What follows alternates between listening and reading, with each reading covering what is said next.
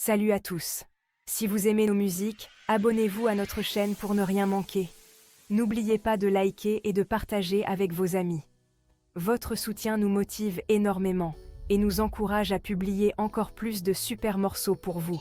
Merci et à bientôt pour de nouvelles découvertes musicales.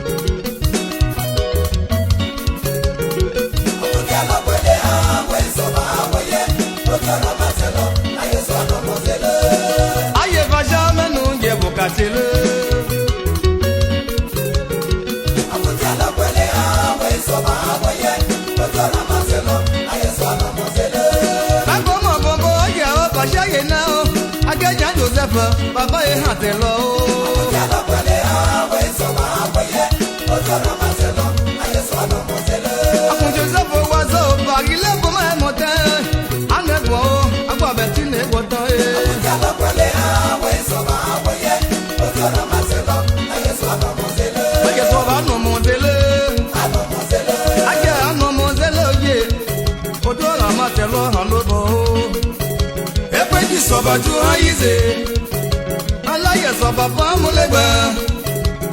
I to Hilla Honel. And I say, Yapi, what you say, yes, Papa, no Yakole. With I don't me, I gave up Bagula. I shall no Yakolo. I yell, Gamma Hinosale. Maggie Madelene. Every was about why is it? My Hamahakoto, my co. Ano Mario no baby kwedialo eche hatelo Magorelo hatelo O Marie Francine no modelo Ayisa kwaleze petit go bele ya o mo helele o Asi la vite lo benene Ano go go mwe o ba isa gbade o Sasa no mo ja kesu pe ya le no lese so e aleba So e halo bage Tabalele Joseph halo bage Anasegi ekdo Ya o anelo Ye biko hama kwe Robero baba bangwe ngono Akuna yi hashema yaya Ange o atelo Anotata karoline Yakosha rotina Kangule halo bo Aye beda karolo halo bage Ya do vivo halo bateo Ena abi mate Ana to ko mwe o Se gati no se lese Na so si kwa leze Ayeke halo bateo Akaju di se la me le bage Ana ko mwe o Pale yiba o Sasa No mo sa kesu Me ya me no lese So e halo ba Amo ko miliade Ko ule no moteo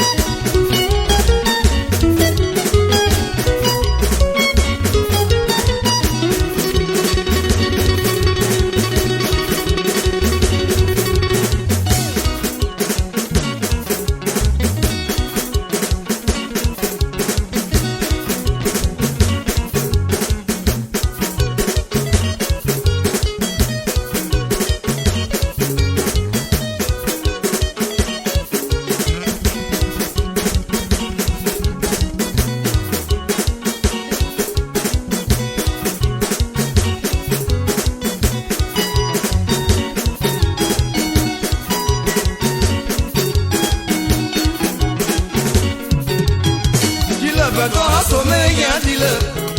On est bien là, un coya. Oh, avocat, le un coya. Mais bon, non, mais moi, helele. Anne, qui est comme l'eau, beneno. Oh, c'est ce qu'ambrose, assis pour les boumins, et monter au papa et hatelo. Et puis, tu sauves, tu as isé. Nane, un bon matin, oh, tu as si bonne, Anne, oh, hatelo. Pourquoi faire ça, Paris-le? Ako kama kibona o Paris-le.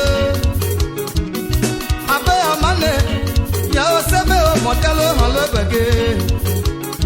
Mon même on est Mathias.